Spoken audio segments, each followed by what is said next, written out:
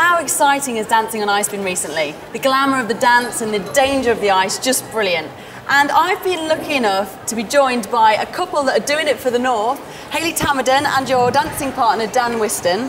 Hello. Hello. So what do we owe this honour? I mean, surely you should be down in London rehearsing. We thought we'd come and see you instead. Oh, cup of tea, get the kettle on. Cup of tea and a fat rascal. Can't go wrong. Oh, yes. So how come you are in the North? We are doing all our training in Bradford. Brilliant. And today we thought we'd come and see you guys because we know you're supporting us and we just wanted to come and say thank you. Oh, so you've been training this morning, have you? Yes, literally we've just left here in Camden. Really early, so cold in Bradford Ice Rink first thing in the morning, but we've got our training out of the way so we can have a nice day in Meadowhall, a bit of shopping and all that kind of stuff. So we're looking forward to it. Cool. And what sort of tricks have you been doing then lately? We've got a really scary trick coming up this week. Go on, tell them what you're doing. The headbanger. The headbanger. The dreaded headbanger. It's very famous in Dancing on Ice and generally one person every year attempts it.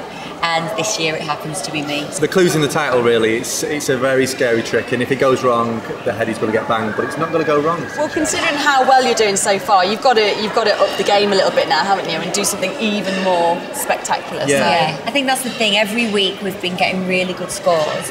We need to do something a little bit better every single week to impress the judges and impress the people at home and make them want to vote for us. Yeah. So this week we're putting all our energy into the headbanger. Fantastic.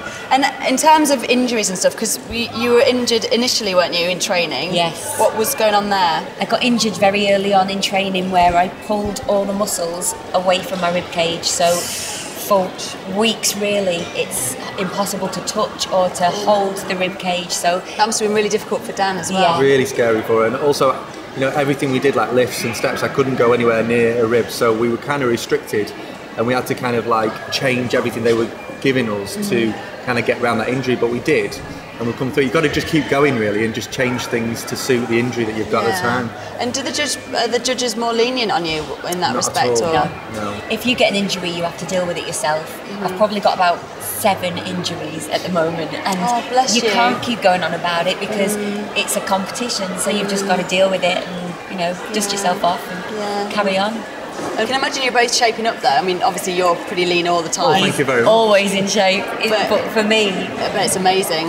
It's definitely toned the legs and the bum, so I can say if anybody wants to tone up a little bit, skating is the best way. And I've seen a massive difference in Hayley's body since we started. She started off in great shape, but by now, with 5 weeks into the competition, she has buns of steel. Wow. Amazing. Just go like that and break your finger. What did your fiancé say about him feeling your buns of steel?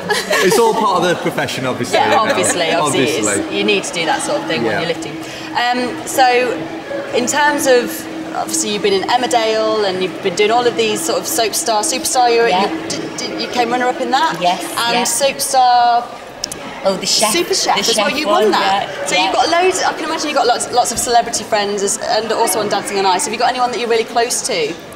Well, actually, Suzanne Shaw is one of my best friends who actually won the series a couple of years ago. So she's been giving me a whole load of tips and loads of advice. Yeah. So yeah, I've got some good friends, and also Linda Lusardi, who Daniel also partnered, is another good friend of mine. So did they come along and watch the show? Yeah, Linda came the other night and supported us, and it was really nice. I can imagine it's quite surreal. Although you're used to being on camera and stuff like that, I can imagine a real surreal experience having people having to vote for you, and it's quite a personal thing as well, isn't it? To see how. You just hope that people will pick up the phone, that's all, and no matter how well you do or how well you don't do, still pick up the phone and vote, because we need you to keep ourselves in this competition. And they're doing it, you know, and ultimately to win the competition I think you have to be good, and it's brilliant that actually someone from the North, come on, the North. And one of our favourites is doing really well, so that's and all brilliant. my family are from Sheffield, so wonderful. Yeah, so I've got a whole load of Sheffield people behind us already, which is brilliant news. Excellent. Didn't you two know each other from years and years ago? 20 years. I did a bit of research online, and isn't that weird? Isn't that uncanny? It's really weird. Sometimes we have to look at each other and go, how's this happened? You know? So tell us the story. How did you first meet?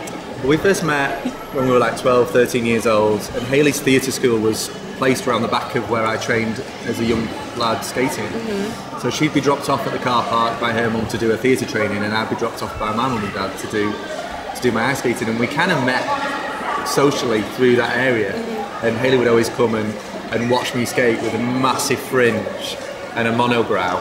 Was it the 80s? Yeah, The 80s, yeah. It was amazing. And I had the biggest bush head ever. Massive glasses. Oh my God. Yeah, and we've got a few pictures of that kind of stuff. And we just can't kind of figure out how it's happened that we're now skating together in Dancing on Ice. But it's obviously meant to be. Yeah, and it's a lovely moment, you know, to just sit back and think, actually, yeah, this is a great time. We're going to kind of treasure every minute. Did you pick each other, or did you just get put us together?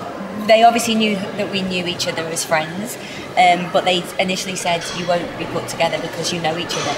But when they saw the chemistry between us, I think they probably thought it would be stupid not to. Yeah. So what you see is what you get. You know, it's a good friendship. It is. It's really good. It's amazing. What are the judges like? You know, after the show, do you get to interact with the judges? Do you make friends with them, or what's the mood like after the show when people get their comments? Yeah, it is a competition, and you have to listen to what the judges want and what they say.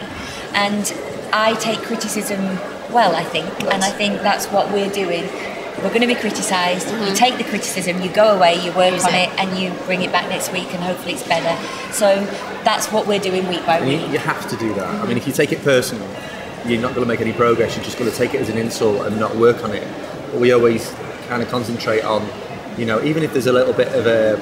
Sometimes Jason can put things over in a bit of a harsh way, but a little bit harsh. Kind of, yeah. You've got to take what he's saying, take all the nastiness out of it, and there's a proper comment in there that you've got to kind of look at and work on. We've been very lucky with Jason because from day one, really, his criticisms have been brilliant, but he's been really on our side, which has been great for us, and it makes you feel good. And you get off, and the first thing you think of is, "Wow, Jason likes us." That's because you're kind of preparing yourself for a nasty comment, aren't you? Yeah. But luckily, touch wood, you've been okay so far. Yeah. And what would it mean to you to win Dancing on Ice? It would mean the world. It really would. But I think more so because we're together. Oh, that's so lovely. So I think if we could do it together and win it, amazing. And if we don't, then we don't. We've still had the best time of our lives. But we're aiming, aren't we? Yeah. Aiming high. And hopefully, fingers crossed, we'll get there with the public support. And if you don't, you've at least gained a brilliant friendship and many brilliant and that memories. Will never end, yeah. Exactly. Thank you so much, guys, for coming in. Best of luck for this weekend. And if you want to see Hayley and Dan sail through to the final like they should do, then make sure you tune in to Dancing on Ice on ITV1 every Sunday night.